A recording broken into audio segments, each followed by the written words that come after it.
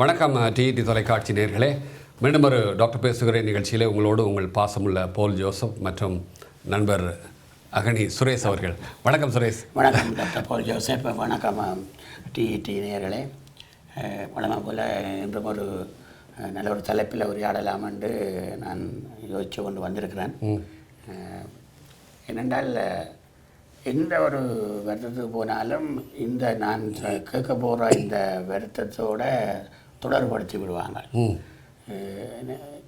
ஒரு மன அழுத்தம் இல்லாட்டி வேறு ஒரு கடுமையான வருத்தங்கள் போனாலும் முதல்ல இந்த இதுக்கு தான் செய்யணும். இந்த இது எங்கே போனாலும் அது ஒரு பொதுவான ஒரு எல்லாத்தோட தொடர்பு உள்ளதா என்று யோசிக்க வேண்டி இருக்குது. அப்படிப்பட்ட ஒரு விடயத்தை பற்றி நான் உங்கள்கிட்ட கேட்கலாம்ட்டு நான் இன்றைக்கு வந்திருக்கிறேன். என்னென்றால் இப்போ வளமையாக போனோடனே அந்த வெயிட்டு இதெல்லாம் செக் பண்ணி போட்டு உடனே கையில் ஒன்றை கொழுவி போட்டு பார்ப்பாங்க. அப்போ பார்க்க நாங்கள் அதே நேரத்தில் ஓகே நார்மல்ன்ட்டு விட்டுடுவாங்க. ஆனால் என்ன பிரச்சனை என்றால் அங்கால கனதூரம் சொல்ல வேண்டியிருக்கு. அதாவது இந்த நான் நினைக்கிறேன் பிளட் ப்ரெஷர், ரத்த அழுத்தம் சொல்கிறது. இதை பற்றி கொஞ்சம் காய்ச்சா என்ன இது நான் நினைக்கிறேன் எந்த நேரத்தில் போனாலும் இதை இருக்கா பார்க்கணும். இது பிரச்சனையும் இதிலேருந்து தான் ஆரம்பமாகுதுன்னு சொல்லுகிறார்கள். இது ஏன் வருது அப்படி இப்படின்ட்டு நாங்கள் இந்த தலைப்பை பற்றி இன்றைக்கு கதைக்கலாம்னு யோசிக்கிறேன். ஓகே, இதில் நீங்கள் சொல்கிற விஷயம் உண்மைதான். இது இன்றைக்கு உலகத்தை பயமுறுத்தி கொண்டிருக்கிற அல்லது உலகத்தினுடைய மருத்துவ நிபுணர்களை, விஞ்ஞானத்தை எல்லோரையும் பயமுறுத்தி கொண்டிருக்கிற நீங்கள் சொன்னது போல் ஒரு பெரிய இதை குறைஞ்சாலும் பிரச்சனை. இதில் முக்கியமாக சொல்ல வேண்டிய விஷயம் என்ன, ஏன் இதை இவ்வளவு தூரம் இதுக்கு இந்த உயர் இரத்த அழுத்தம், ஹைப்பர் டென்ஷனுக்கு முக்கியத்துவம் கொடுக்குறாங்கன்னு சொன்னால், உலக அளவில் அதிகமான பேரை பலி கொள்ளக்கூடிய, அதிகமான இறப்புக்கு காரணமாக இருக்கிற வருத்தங்களில் இதுவும் முக்கியமானது. பொதுவாக மருத்துவத்தில் சொல்வார்கள் க்ரானிக் நான் கம்யூனிகபிள் டிசீஸ் அப்படின்னு. அதாவது நாள்பட்ட தொற்றாத வருத்தங்கள் லிஸ்ட்டில் ஒரு 5-6 வருத்தங்கள் இருக்குது. அந்த வருத்தங்களில் இந்த ஹைப்பர் டென்ஷன் அப்படிங்கிறது ஒரு முக்கியமான பிரச்சனை.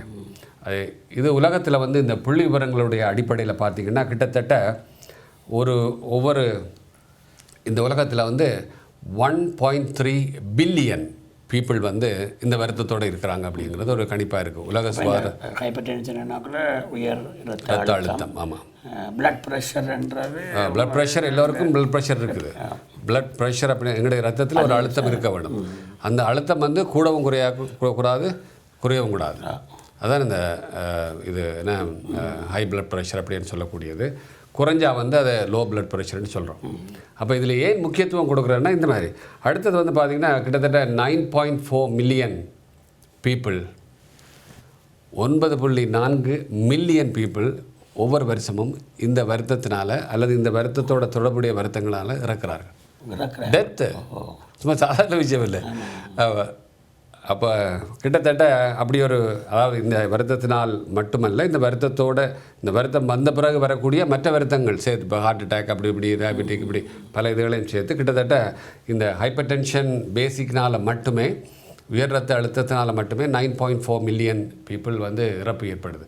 ஒரு பெரிய யுத்த களத்தில் கூட ஆமாம், அந்தளவுக்கு பெரிய ஒரு பாதிப்பை ஏற்படுத்தக்கூடியது.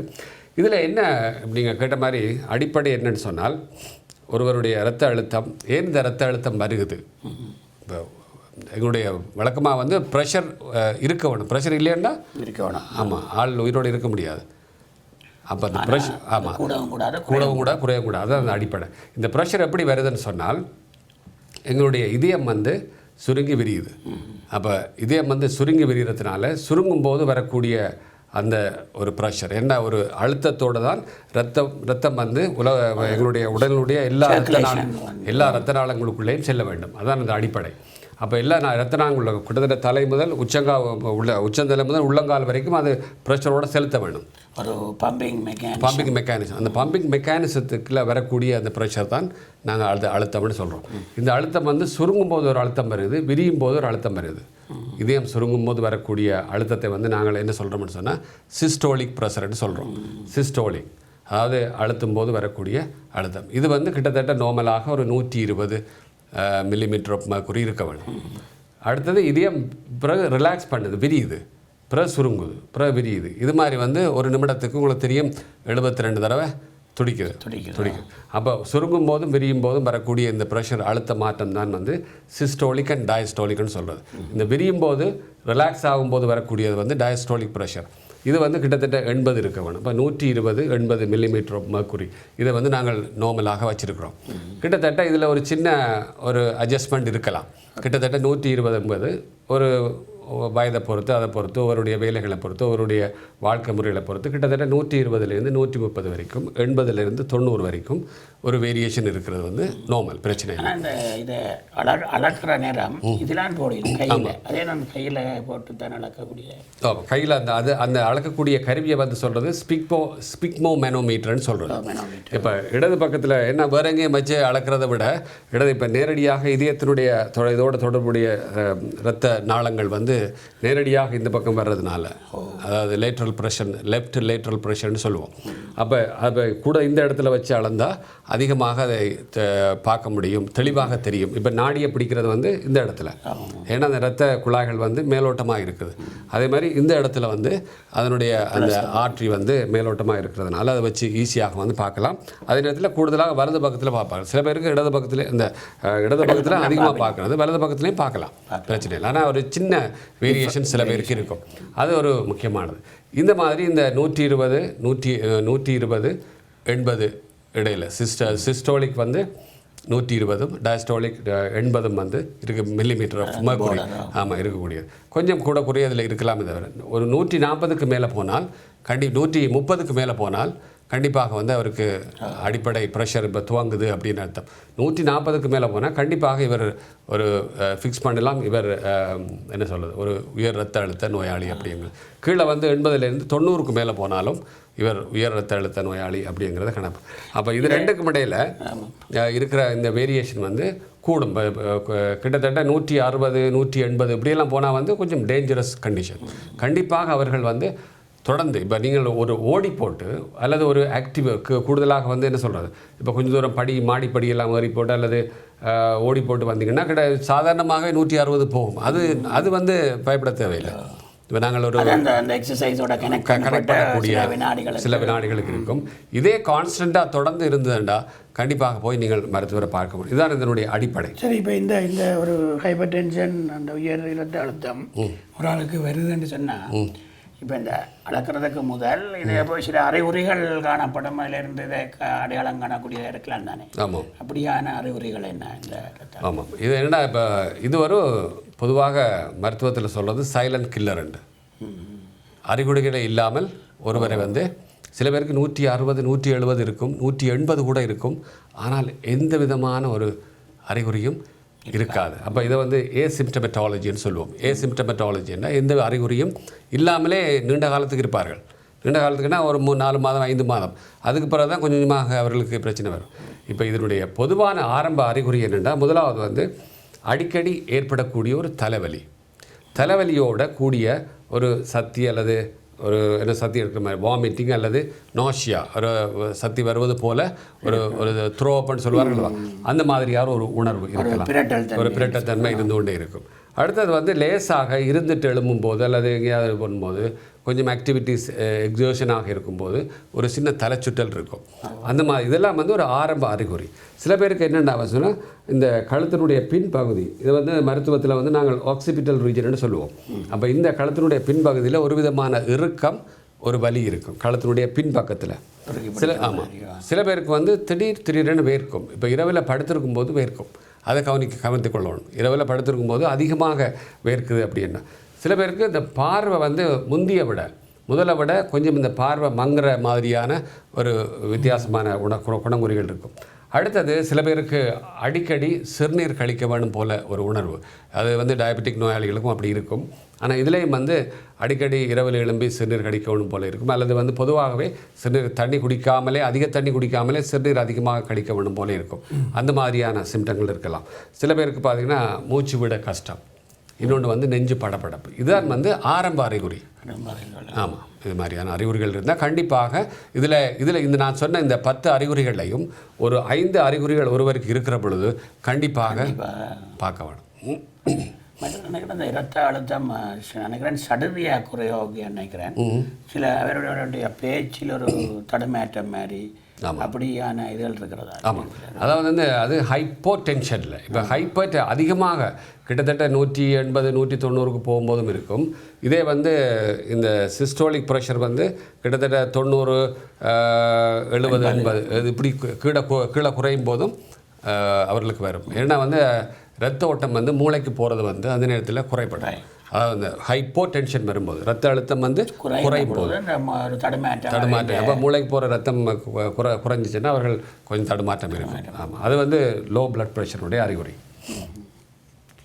சரி, இப்போ இந்த இந்த உயர் இரத்த அழுத்தம் வரதுக்கான காரணிகள் என்னென்ன காரணத்தால் வருது என்றதை பற்றி நாங்கள் பார்க்கலாம். ஆமாம், இதை பார்க்குறதுக்கு முதல் நாங்கள் ஒரு சிறிய விளம்பர இடைவேளை எடுத்துக்கொண்டு அதை பற்றி பேசலாம். சரியா?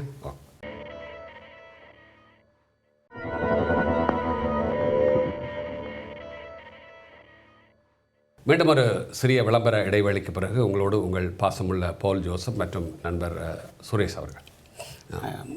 ஆமாம் டாக்டர், நான் அந்த இதை கேட்டேன், இந்த இரத்த அழுத்தம் வாரதுக்கான காரணங்கள் என்னன்றதை பற்றி அதை தெரிஞ்சாச்சு நேரத்தில் நாங்கள் எப்படியானால தடுக்கிறதுக்கு ஒரு ஒரு ஒரு ஒரு படிமுறையாக இருக்கும். ஆமாம், இதில் வந்து முக்கியமாக இதில் காரணம் அப்படிங்கிறதுல நான் சொல்லுவேன் அடிக்கடி, இந்த மருத்துவத்தில் வந்து காரணங்கள் கண்டுபிடிக்கிறது வந்து மிக சிக்கல். பல வருத்தங்களுக்கு அந்த இட்டியாலஜின்னு சொல்லுவோம், சரியான காரணத்தை கண்டுபிடிக்கிறது ரொம்ப கஷ்டம். சில வருத்தங்களுக்கு காரணங்களே இல்லைன்னு சொல்லலாம். ஆனால் இந்த மாதிரியான காரணங்களால் வரக்கூடிய வாய்ப்புகள் அதிகமாக இருக்குது அப்படின்னு ஆய்வுகள் சொல்லுது. இப்போ உறுதியாக, இப்போ நீங்கள் உதாரணமாக இப்போ ஒரு நிமோனியான்னு சொன்னால் அது இந்த பாக்டீரியா கிருமியினால தான் வருது அப்படின்னு கன்ஃபார்ம். இப்போ HIV எய்ட்ஸ்ன்னு சொன்னால் இந்த கிருமியினால தான் வருதுன்னு அர்த்தம். ஆனால் இப்படிப்பட்ட வருத்தங்களுக்கு வந்து பல காரணங்களை சொல்கிறார்கள். பல டைமென்ஷனில் இதை நாங்கள் பார்க்க வேணும். இதில் குறிப்பாக வந்து 2 விதமான பிரைமரி ஹைப்பர் டென்ஷன் சொல்லுவார்கள் அல்லது எசென்சியல் ஹைப்பர் டென்ஷன் சொல்லுவார்கள். அது உண்டு. இரண்டாவது வந்து செகண்டரி ஹைப்பர் டென்ஷன் சொல்கிறது. இதில் பிரைமரி என்று சொன்னால் கண்டிப்பாக காரணமே தெரியாது, சைலண்டாக. ஆமாம், காரணமே தெரியாது, எதனால் வருதுன்னு கண்டுபிடிக்கிற கஷ்டம். பல காரணங்களை சொல்லலாம். ரெண்டாவது வந்து செகண்டரி ஹைப்பர் டென்ஷன் சொல்கிறது. இந்த செகண்டரி ஹைப்பர் டென்ஷன் வந்து கன்ஃபார்மாக சொல்லலாம் இவருக்கு இந்த வருத்தத்தினால. உதாரணமாக சொன்னால் இப்போ ஒரு கிட்னி டிசீஸ் இருக்கிறவருக்கு, நாள்பட்ட குரோனிக் கிட்னி டிசீஸ் இருக்கிறவருக்கு வரலாம்.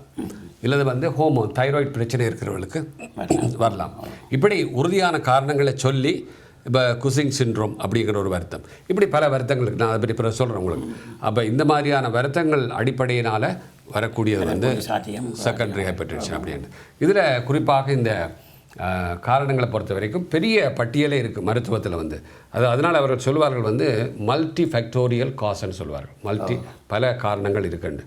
இதில் முக்கியமாக எங்களுடைய திருக்குறள் எடுத்தாலே அதில் வந்து இருக்கிற எல்லா விஷயங்களையும் இதில் உள்ளடக்கினா, முக்கியமாக அதில் சொல்கிறதுல மிகையினும் குறையினும் நோய் செய்யும் நூலோர் வழிமுதலா எண்ணிய 3. இது வந்து சொல்ல, இது இன்றைக்கி எல்லா மருத்துவங்களையும் எங்கட ஆயுர்வேதமோ சித்த மருத்துவங்கள் பாரம்பரிய மருத்துவங்கள் இல்லாமல் எல்லா மருத்துவங்களையும் ஏற்றுக்கொள்ளப்படுறது. முக்கியமாக இந்த திரிதோஷங்கள் சொல்லக்கூடிய வாத பித்த கபம், இது 3 கூடினாலும் பிரச்சனை, குறைஞ்சாலும். இது எப்படி வந்து ஆங்கில மருத்துவத்தோட கனெக்ட் பண்ணி சொல்லலாம்னா, இப்போ வாதம் அப்படின்னு சொன்னால் அது வந்து ஏர், காற்று, ஆக்சிஜன், கார்பன் டை ஆக்சைடு. அப்போ எங்கள் உடம்பில் இருக்கக்கூடிய ஆக்சிஜன் அண்ட் கார்பன் டை ஆக்சைடுடைய வேரியேஷன், பேலன்சிங்னு சொல்லலாம். அடுத்தது பித்தம்னு சொன்னால் ஃபயர்னு சொல்ல, எங்கள் உடம்பில் இருக்கக்கூடிய சூடு, ஹீட்டு, இது சம்மந்தப்பட்ட அது.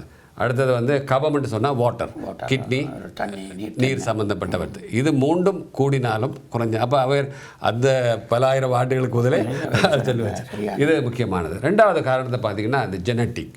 சில பேருக்கு பரம்பரையாக இந்த வருத்தம் வரலாம், பெற்றோருக்கோ அல்லது பிள்ளைகளுக்கோ அல்லது அவங்க மூதாதையருக்கு இருக்கும்போது கண்டிப்பாக அவர்களுக்கு வர வாய்ப்பு இருக்குது. அடுத்தது வந்து இன்னொரு விஷயம் வந்து இதில் முக்கியமாக இந்த உடல் பருமன். அப்போ யாருக்கெல்லாம் உடல் பருமன் அதிகமாக இருக்கோ அவர்களுக்கு வந்து they are very prone to hypertension, ரத்த அழுத்தம் வரக்கூடியது.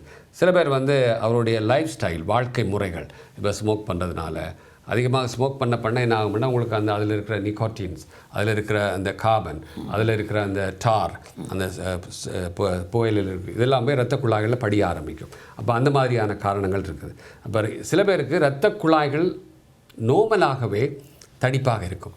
அப்போ இரத்த குழாய் யாருக்கெல்லாம் தடிக்கு இருக்கோ அவருடைய இரத்த குழாய் என்ன செய்யுது, சுருங்க விரியாது, அப்போ தடிச்சிருக்கும், ரிஜிடிட்டி இருக்கும், டைட்டாக இருக்கும். அப்போ அதனால் வரக்கூடிய வாய்ப்புகள் இருக்குது. அடுத்தது பொதுவாகவே சொல்லக்கூடிய மன அழுத்தம், அதை பற்றி நாங்கள் அப்புறம் பேசுவோம். இந்த மன அழுத்தங்கள் பற்றி சில பேருக்கு ஏஜ் ஃபேக்டர்னால வரலாம். இப்போ ஒரு 60-70 வயதுக்கு மேலே அவர் இது இயற்கையாகவே அவருடைய இரத்த குழாய்கள் வந்து தடிப்பு ஏற்படும், அது மாதிரியாக வரலாம். சில பேருக்கு கிட்னி டிசீஸ் நான் முதல்ல சொன்ன மாதிரி அப்படி வரலாம். இந்த ஸ்லீப் அப்னியான்னு சொல்லக்கூடிய ஒரு வருத்தம் இருக்குது. ஸ்லீப் அப்னியான்னா இரவில் ஒரு நெத்திரையில் வந்து மூச்சு விட கஷ்டமாக இருக்கும், அந்த மாதிரி அதை பற்றி நான் பல நிகழ்ச்சிகளில் சொல்லியிருக்கிறேன். அப்போ அந்த மாதிரி ஒரு காரணங்கள் இருக்கலாம். அடுத்தது அவருடைய உணவு பழக்க வழக்கங்கள், அந்த மாதிரியான விஷயங்கள். சில பேருக்கு பார்த்திங்கன்னா செடன்ட்ரி லைஃப்னு சொல்லுவோம், அவர்கள் இருந்து கொண்டே தொடர்ந்து வேலை செய்கிறது. இன்றைக்கு உங்களுக்கு தெரியும், ஐடி இன்ஃபர்மேஷன் டெக்னாலஜி துறையில், கணினி துறையில், அலுவலகங்களில் வந்து செடன்ட்ரி லைஃப், அதாவது எழும்பி நடமாடக்கூடிய வேலை இல்லாமல் இருந்து கொண்டே பல பணிகளை செய்கிறது. அப்போ அதனால் வந்து உடலுடைய இயக்கம் பாதிக்கப்படுறதுனால அப்படி வரலாம். அடுத்தது சில மெடிகேஷன்ஸ், சில மருந்துகளே வந்து பக்க விளைவுகள்னால அப்படி வரக்கூடிய வாய்ப்பு இருக்குது. சில பேருக்கு வந்து இந்த தைராய்டு பிரச்சனை, எண்டோக்ரைன்னு சொல்லக்கூடிய எங்களுடைய சுரப்பிகளுடைய குறைபாடுகளினால் வரக்கூடிய. இன்னொன்று இன்றைக்கு அதிகமாக பேசக்கூடிய ஒரு விஷயம் வந்து இந்த மெட்டபாலிக் சிண்ட்ரோம்னு சொல்லுகிறார்கள். மெட்டபாலிக் சிண்ட்ரோம்னு சொன்னால் இந்த எங்களுடைய இரத்த அழுத்தம், அதனோடது ஹை பிளட் சுகர், மற்றது வந்து பார்த்திங்கன்னா கொலஸ்ட்ரால், ஒபிசிட்டி, உடல் பருமன், இதெல்லாம் சேர்ந்து ஒரு குரூப்பாக ஒரு ஆளுக்கு இருந்ததுன்னா அவருக்கு கண்டிப்பாக வந்து இந்த வாய்ப்புகள் அதிகமாக இருக்குது. இப்படி வந்து பல காரணங்களை வந்து மருத்துவத்திலே சொல்லலாம். இதுதான் இந்த பொதுவான காரணங்கள். நான் முதலே உங்கள்கிட்ட கேட்டேன், அந்த அதாவது இரத்த அழுத்தம் சடுதியாக குறையோவில் முற்றிலும் ஒரு தடுமாற்ற கதைகள் கதைக்கிற எல்லாம் இருக்குது. இப்போ அதுக்கு மேலே நாங்கள் போனோம்னா இப்போ இந்த இரத்த அழுத்தத்துக்கும் இந்த மென்டல் ஹெல்த்துக்கும், இந்த மனநலத்துக்கும் இடையில் ஏதாவது தொடர்பு இருக்கா? அதாவது இதனாலே அது இல்லாட்டி அதனால் இது வரக்கூடிய நிலைமைகள் இருக்கா? கண்டிப்பாக. மன அழுத்தம் என்பது நான் முதல்ல உங்களுக்கு சொன்னேன், அந்த ஸ்ட்ரெஸ் அப்படிங்கிறது அது ஒரு முக்கியமான இன்றைய காலகட்டத்தில் பிரச்சனையில் அதிகமாக மக்கள் பாதிக்கப்படக்கூடிய ஒரு பிரச்சனை. இதில் வந்து முக்கியமாக இந்த நீங்கள் கேட்ட மாதிரி மனநலம் இன்றைக்கு உலக சுகாதார ஸ்தாபனம் அதில் அதிகமாகவே இந்த மென்டல் ஹெல்த் அப்படிங்கிற விஷயத்தில் வந்து அதிக கவனம் செலுத்துகிறார்கள். அப்போ அப்படிப்பட்ட நேரங்களில் வந்து மன அழுத்தம் எப்படி, இதை உதாரணமாக ஒருவர் அதிகமாக பதட்டப்படும் போது, ஆன்சைட்டின்னு சொல்கிறோம், பதட்டப்படும் போது, ஒருவர் அதிகமான ஆழ்ந்த கவலையில் இருக்கும்போது, ஒரு லொஸ்டாலேயோ ஒரு இழப்புகளினாலேயோ அது மாதிரியான. அடுத்தது வந்து ஒருவர் வந்து அதிகமாக கோவப்படுகிற பொழுது, அப்போ இந்த நேரங்களில் என்ன நடக்குதுன்னு சொன்னால் இந்த நெகட்டிவ் நியூரோ டிரான்ஸ்மிட்டர்னு சொல்லக்கூடிய எங்களுடைய உடலில் இயற்கையாக, இது வந்து விஞ்ஞானபூர்வமாக நிரூபிக்கப்பட்ட விஷயம். இப்போ ஒருவர் பதட்டப்படும் போது, பயப்படும் போது அட்ரினல் கிளாண்ட், உங்களுக்கு தெரியும், எங்களுடைய சிறுநீரகத்துக்கு மேலே இருக்கக்கூடிய அந்த அட்ரினல் கிளாண்ட் வந்து அட்ரினலின் பம்ப் வந்து அதிகமாகுது. அப்போ அட்ரினலின் பம்ப் அதிகமாக உங்களுக்கு இரத்த அழுத்தம் வந்து இரத்த குழாய்கள் வந்து இறுகி இரத்த அழுத்தம் வந்து அதிகமாகும். அது ஒரு விஷயம். அது என்ன, அந்த பதட்டம், பயம் இருக்கிற பொழுது. அடுத்தது வந்து இந்த கோபம், கவலை, மனக்கவலைகள், மன அழுத்தங்கள் அல்லது வந்து இப்படியான இதுகள் இருக்கும்போது, இந்த நெகட்டிவ் எமோஷன்ஸ் இருக்கும்போது இந்த நெகட்டிவ் என்ன சொல்கிறது, நியூரோ டிரான்ஸ்மிட்டர்ஸ் வந்து சுரக்குது. இப்போ உதாரணமாக பார்க்க சொன்னால் இந்த கோர்டிசோல், எபினெப்ரின் அப்படின்னு சொல்லக்கூடிய சில அட்ரினலின், இந்த மாதிரியான சில நெகட்டிவ் என்ன சொல்கிறது கெமிக்கல்ஸ் வந்து எங்களுடைய உடலில் சுரக்குது. இதை என்ன செய்யும்னு சொன்னால் இரத்த அழுத்தத்தை அதிகம் பண்ணுது. அதனால தான் வந்து இந்த பாசிட்டிவ் எமோஷன்ஸ் வந்து எப்போவுமே வேணும். மன அழுத்தத்தில் வந்து நாங்கள் பொதுவாக சொல்லுவோம், எப்போவுமே மகிழ்ச்சியாக இருக்க வேணும், கவலை இல்லாமல் இருக்க வேணும். இதெல்லாம் இருந்தாலும் இந்த மாதிரியான விஷயங்களை கொஞ்சம் நாங்கள் செய்ய வேண்டியிருக்கு. அப்படி இந்த பாசிட்டிவ் எமோஷன் சொல்லக்கூடிய எங்களுடைய என்ன சொல்கிறது மகிழ்ச்சியாக இருக்கும்போது அல்லது வந்து இப்படிப்பட்ட இது இருக்கும்போது எங்களுடைய உடலில் வந்து என்டோர்ஃபின் என்று சொல்லக்கூடிய விஷயம், அடுத்தது வந்து என்கெஃபாலின், ஆக்சிடோசின், டொப்பாமின், அசெட்டைல் கோலின், நான்எஃப்ரெப்ரின், இந்த மாதிரியான விஷயங்கள், நார்எஃப்ரெப்ரின், இந்த மாதிரியான நல்ல நியூரோ டிரான்ஸ்மிட்டர், நல்ல கெமிக்கல்ஸ் வந்து சுரக்குது. இப்படி நல்ல கெமிக்கல் சுரக்கும்போது உடலுடைய பல நோய்கள்கிட்ட நாங்கள் வராமல் தடுப்பதற்கு, அப்போ அதனால தான் வந்து இந்த மாதிரி பாசிட்டிவ் எமோஷன்ஸ் எப்போவுமே வந்து எங்களுக்குள்ளே க்ரியேட் பண்ண வேண்டும்னு சொல்லி, அப்போ இது ஒரு முக்கியமான விஷயம். இப்படி பல விஷயங்கள் இருக்குது. நாங்கள் தொடர்ந்தும் இதை பற்றி நிறைய விஷயங்கள் பேச வேண்டியிருக்கிறதுனால அடுத்த வாரம் இதை பற்றி தொடர்ந்து பேசுவோம் நேயர்களே. நன்றி, வணக்கம்.